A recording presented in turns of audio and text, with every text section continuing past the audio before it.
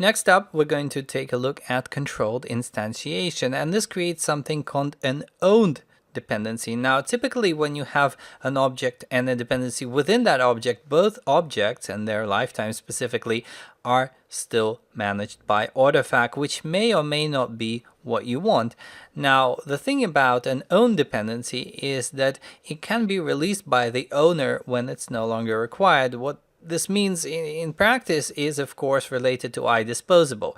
So if you have a car which only uses cleaning fluid when you need to clean the windows, for example, you can clean the car once and then dispose the cleaning fluid, something like that. So typically what we know is that if you have something that's disposable, Artifact will call the dispose methods for you unless you explicitly specify that the component is externally owned. And in the case of an owned dependency, what you do is you inject and store a type coming from Artifact, which is called owned of t.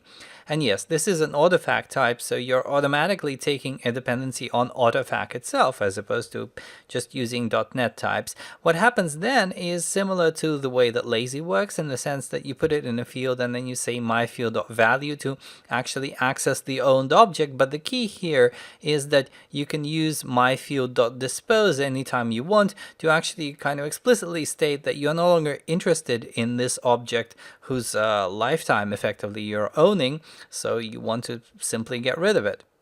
Alright, so let's talk about the idea of ownership. Now, the idea is that the reporting component would own the lifetime of the console log. So let's imagine that the console log isn't really required for the entire duration of the reporting component. Maybe it's only required for a single log which might only be written once. So how would you encapsulate this idea? Well, you do it using owned. So you say owned of console log, and yes, we need the references to the appropriate Artifact libraries here. So owned console log, let's call it log once again.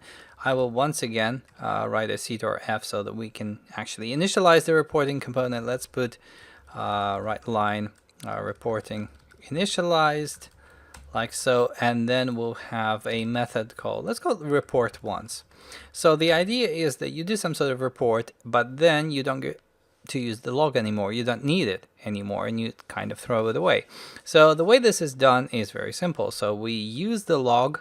So we say log.value.write, and we say log started, but then we get rid of the log. We just say log.dispose. Now you'll notice that we're not calling log.value.dispose, we're calling log.dispose. Slight difference here. And of course the dispose here comes from the owned type, which is an Artifact type. Okay, so this is how you would get rid of the log once you no longer need it. And then of course let's actually change the implementation here. So I would resolve reporting and I would just report once here, and let's see what we actually get. Alright, so the console log gets created whenever you actually construct the object. So this time around, it's not lazy instantiated. It's done in the constructor of the reporting component. Then the reporting component gets initialized fully. And then when you call report once, the log gets started. And then the console logger is no longer required, and we're essentially done. We can actually add a few more lines just to kind of indicate that we're done reporting. I'll add a line here. So let's have, for example, I'll just do an ordinary right line. I'm going to say done reporting, like so. And if I execute this, well, you can see that done reporting comes out after. So when you resolve reporting and do report once, that is exactly the place where the console logger is both used as well as disposed. And then we're done.